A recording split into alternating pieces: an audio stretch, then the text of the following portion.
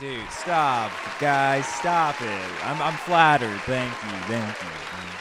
Sitcoms. Growing up, I watched a lot of sitcoms on Disney Channel and Nickelodeon, and I thought to myself, what was my favorite part about the sitcoms? And that was always the bedrooms, or just the living situations. It was always, in my head, the most unrealistic living places. So today we are going to go over the ones that suck out the most to me growing up and rate them. 1 through 10. 10 being I want to live there. 1 being I don't want to live there. There's one thing I noticed about looking at some of these bedrooms and how disappointing they are. I feel like they used to be so cartoonish and so unrealistic, but now when I reflect on them, it's either tacky or normal. So yeah, let's freaking do it. First bedroom. Drake and Josh. Loved this growing up, and their bedroom is just so badass. Of course, it's like an attic. I never grew up with an attic. I didn't really know anybody with an attic, especially one that you could live in like this. I do think it's a realistic bedroom, but there's a lot of charm to it. It looks actually lived in, which I really, really appreciate, especially when it comes to a show. And it's cool. I like the bed sitting up high, but the layout is just badass. The couch, that's sick. There's probably a TV facing it. All right, we're going to set the bar here with Drake and Josh. This is a solid 8.6 out of 10. Next bedroom, Zach and Cody. Now, they don't really show their bedrooms that much. I'm pretty sure Zach's bedroom was a mess. I remember that episode. But their living situation is pretty badass. I used to feel like kind of like jealous that they lived in this huge like hotel room, because growing up I'd never been in a hotel room that had like a kitchen, a living room, and like 3 bedrooms. So I was like, this is badass, this is awesome. And they just did whatever they wanted. But just basing like even the living room, this isn't better than Drake and Josh's room because their rooms are kind of small, they don't really show the rooms. But let's just base it off the living room. It's a good Zach and Cody's bedroom. Zach and Cody's living situation is going to be a 7.1, mainly because it's kind of just an apartment. All right, next bedroom. This is another one that isn't really the bedroom, but it's a living space. This is the living room of Big Time Rush. Super gimmicky, not really realistic. Let me look at it. It's kind of lame. It's very like 2010s, like, whoa, colors, slide.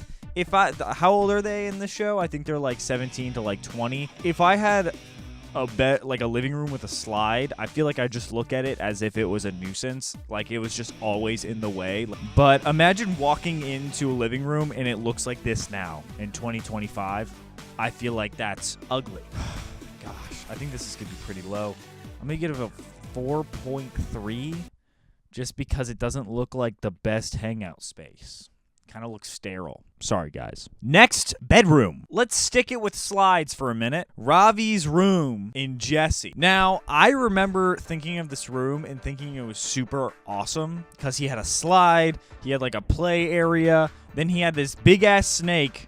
Sorry. He had this big-ass lizard, which is definitely poisonous. Isn't it? I'm pretty sure. I'm pretty sure that guy is like super dangerous. But it's badass he's got one. The 2 random red chairs, not a fan of that. Not a fan at all. You could have put like a couch. I feel like the fact that they put the slides in there, they're like, we don't got to do much. Just throw the slides in there.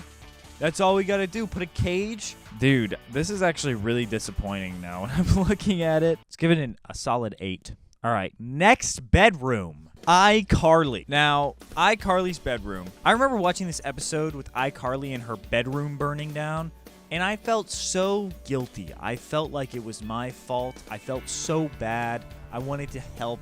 I felt like shit. The episode made me feel like shit. I think it was there to be like, oh, season finale. I'm pretty sure it was like a cliffhanger where we didn't know if she was going to like have a bedroom or something. I think the episode just ended with her like upset that. But looking at her new bedroom, it's kind of tacky. The bed frame has speakers in it. It looks really shitty. My favorite part about it is the chandelier with gummy bears on it. Badass. Then you have the ice cream sandwich. That's pretty good. This is actually a pretty good bedroom. It definitely feels like a sitcom bedroom where it doesn't feel lived in. And I think Drake and Josh achieved that the best. So I'm going to give iCarly's bedroom. It's also pretty girly, and I'm a boy. I am not a girl. So let's give it, we're going to give this 7.5. Next bedroom, Good Luck Charlie. This is, I think her name's Tommy. I genuinely forgot. I'm sorry. I didn't do my research. Tommy's bedroom. We're just going to call her that. It's nice. It just looks really small. It has the elevated bed, kind of like Drake and Josh's side of the bed. And it's cool. I really like it. I actually really enjoy this bedroom. She's got books. I like this a lot. I'm going to give this an 8.4. Next bedroom. This is Sunny with a Chance, the prop house. That is fucking awesome. They have a bunch of props behind them and then a couch. It's the sickest living room ever. Of course, a lot of people might think it's a little cluttered, but it's a prop room. Yes, it's going to be cluttered. They got the Egyptian casket jukebox. This is great. I think this is a 9.2. 9.2. Great. I really enjoy this one. That's all I got. If you have any other recommendations of rooms that I forgot, or you just don't agree with me, let me know. I might make another one of these videos. So please like and subscribe if you want to see more stuff like this. I will be posting more videos like this. Goodbye.